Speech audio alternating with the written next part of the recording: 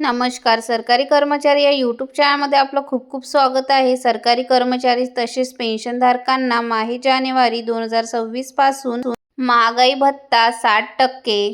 चला तर याबाबतची सविस्तर माहिती पुढील प्रमाणे पाहूया. तत्पूर्वी चॅनलला सबस्क्राईब केलेलं नसेल तर चॅनलला सबस्क्राईब करायला विसरू नका. नोव्हेंबर पर्यंतचा ऑल इंडिया ग्राहक निर्देशांक जाहीर झाला आहे. यामुळे सरकारी कर्मचारी तसेच पेन्शनधारकांचा जानेवारी पासून DA निश्चित झाली आहे. महिना निहाय ऑल इंडिया ग्राहक निर्देशांक व DA मधील वाढ खालील तक्त्याप्रमाणे पाहू शकता.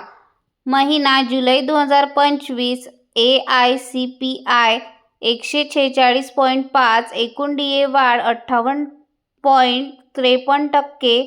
महिना ऑगस्ट 2025 AICPI 147.1, एकूण DA वाढ 58.34%. सप्टेंबर 2025 AICPI 147.3, एकूण DA वाढ 59.29%. ऑक्टोबर 2025 AICPI 147.7, एकूण DA वाढ 59.58%. नोव्हेंबर 2025 AICPI 148.2, एकूण DA वाढ 59.93%. वरील तक्त्याप्रमाणे नोव्हेंबर पर्यंतचा DA वाढीमुळे एकूण DA 60% पर्यंत निश्चित झाला आहे. आता फक्त डिसेंबर महिन्याचे निर्देशांक जाहीर होणे बाकी असले तरी 60% पर्यंतचा DA वाढ निश्चित आहे. 58% वरून 60% DA. सदर निर्देशांकाच्या